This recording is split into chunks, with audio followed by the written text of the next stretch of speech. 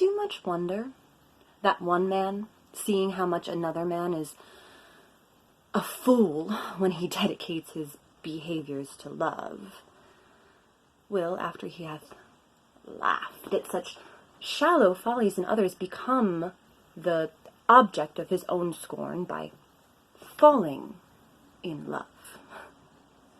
And such a man is Claudio. I have known when there was no music in him but the drum and the fife, and now had he rather hear the tabor and the pipe.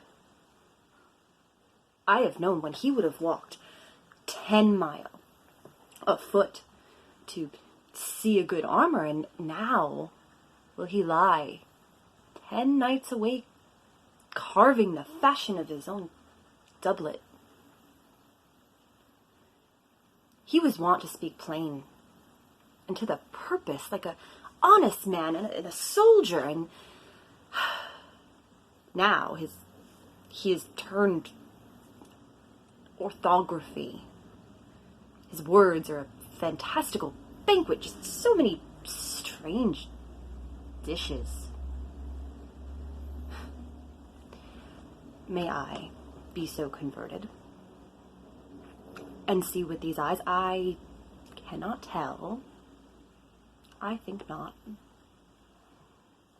I will not be sworn, but love may transform me to an oyster. But I'll take my oath on it. Till he hath made an oyster of me, he shall never make me such a fool. One woman is fair, and yet I am well. Another is wise, and yet I am well. Another is virtuous, and yet I am well. Till one woman be in all graces, no woman shall come in my grace.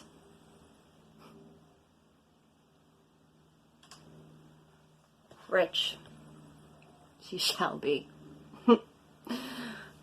Wise, or I'll none. Virtuous, or I'll never cheapen her. Fair, or I'll never look on her. Mild, or come not near me. Noble, or not I for an angel, of good discourse, an excellent musician, and her hair shall be of what color it please God. The prince and Monsieur love, I will hide me in the arbor.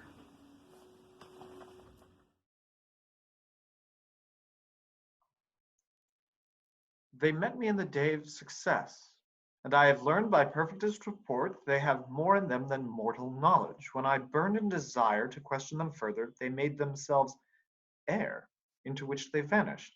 Whilst I stood wrapped in the wonder of it, came missives from the king, who all hailed me Thane of Cawdor, by which title before these weird sisters saluted me, and referred me to the coming on of time with, Hail, king that shalt be! This have I thought good to deliver thee, my dearest partner of greatness, that thou mightst not lose the dues of rejoicing by being ignorant of what greatness is promised thee. Lay it to thy heart, and farewell. Glamps thou art, and Cawdor, and shalt be what thou art promised? Yet do I fear thy nature. It is too full of the milk of human kindness to catch us the nearest way. Thou wouldst be great, art not without intention, but without the illness should attend it. What thou wouldst highly, thou wouldst holily. Wouldst not play false, and yet wouldst wrongly win. Thou couldst have, great Glums, that which cries, thus thou must do, if thou have it. And that which rather thou dost fear to do than wishest should be undone. Hie thee hither, that I may pour my spirits in thine ear, and chastise with the valor of my tongue all that impedes thee from the golden round, which fate and metaphysical aid doth seem to have thee crowned withal. What is your tidings?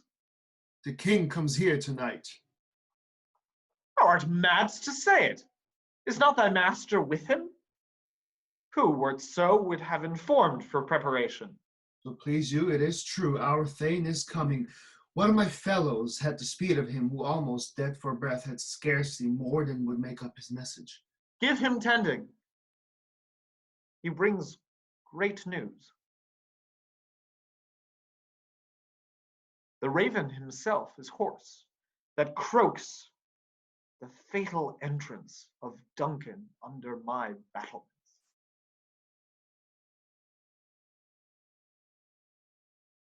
Come, you spirits, that tend on mortal thoughts, unsex me here, and fill me from the crown to the toe top full of direst cruelty. Make thick my blood, stop up the access, and passage to remorse, that no compunctious visitings of nature shall shake my fell purpose, nor keep peace between the effect and it. Come to my woman's breast, and take my milk for gall, you murdering ministers. Wherever in your sightless substances you wait on nature's mischief, come, thick night, and pall thee in the dunnest smoke of hell, that my keen knife see not the wound it makes, nor heaven peep through the blanket of the dark to cry, hold, hold.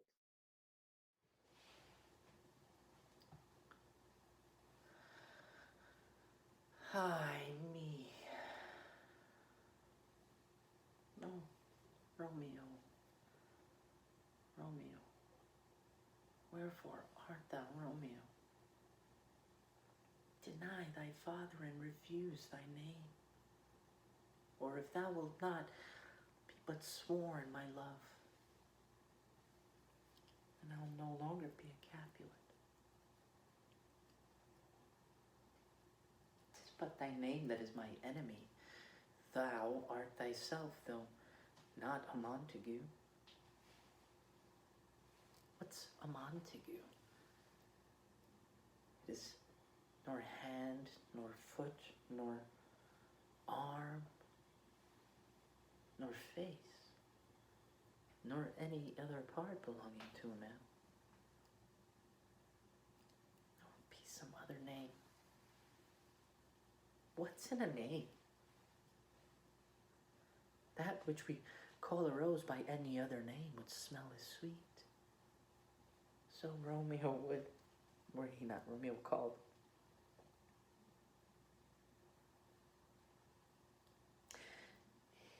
Retain that dear perfection which he owes without that title. Romeo, Romeo, doff thy name, and for that name, which is no part of thee, take all myself.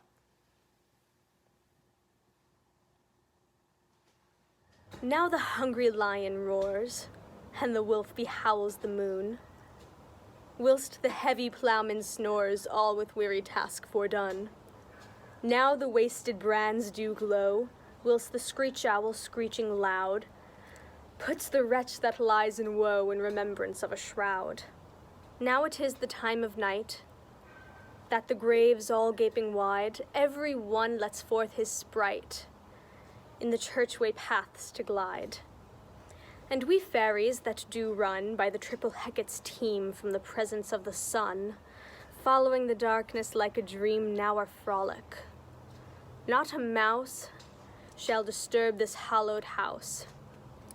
I am sent with broom before to sweep the dust behind the door. Was Brutus sick? And is it physical to walk unbraced and suck up the humours of the dank morning? What? Is Brutus sick?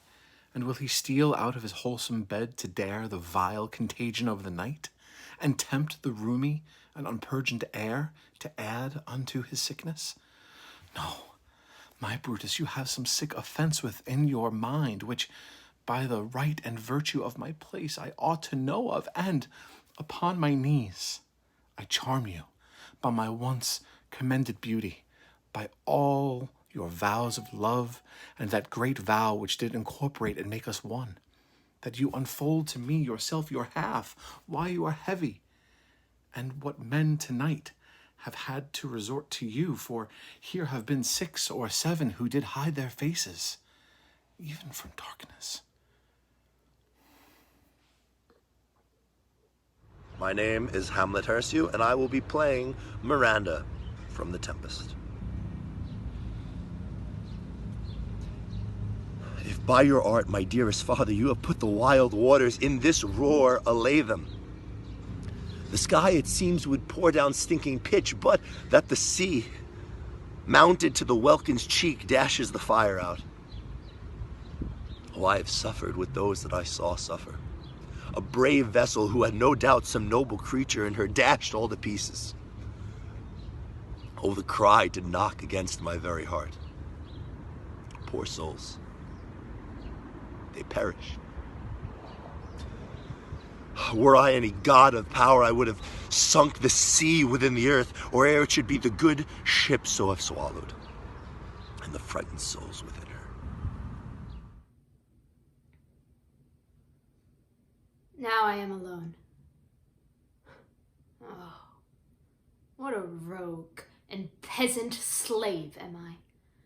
Is it not monstrous that this player here, but in a fiction, in a dream of passion, could force his soul so to his own conceit that by her working, all his visage wand, tears in his eyes, distraction in his aspect, a broken voice, and his whole function suiting with forms to his conceit, and all for nothing?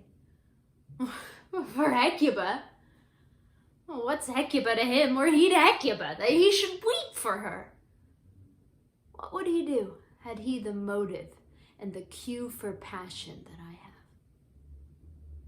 He would drown the stage with tears, and cleave the general ear with horrid speech, will make mad the guilty, and appall the free, confound the ignorant, and amaze, indeed, the very faculty of eyes and ears. Yet I, a dull and muddy-mettled rascal, peak like John a-dreams, unpregnant of my cause, and can say nothing. No, not for a king upon whose property and most dear life a damned defeat was made. Am I a coward? Who calls me villain, breaks my pate across, plucks off my beard and blows it in my face, tweaks me by the nose, gives me the lie of the throat as deep as to the lungs? Who does me this? Huh? Why, I should take it, for it cannot be but I am pigeon-livered, and lack gall to make oppression bitter. Or, ere this, I should have fatted all the region kites with this slave's awful, bloody, bawdy villain, remorseless, treacherous, lecherous, kindless villain! Oh! Vengeance.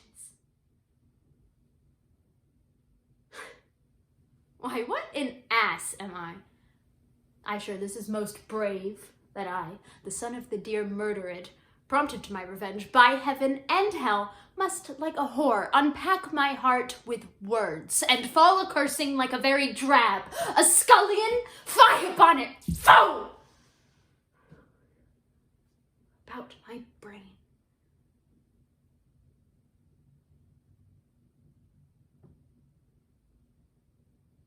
I have heard that guilty creatures, sitting at a play, have by the very cunning of the scene been so struck to the soul that presently they have proclaimed their malefactions. For murder, though it have no tongue, will speak with most miraculous organ. I'll have these players play something like the murder of my father before mine uncle. I'll observe his looks. I'll tend him to the quick. If he but blench, I know my course. The spirit I have seen may be the devil. And the devil hath power to assume a pleasing shape, yea, and perhaps, out of my weakness and my melancholy, as he is very potent with such spirits, abuses me to damn me. Now, I'll have grounds more relative than this. The play's the thing, wherein I'll catch the conscience of the king.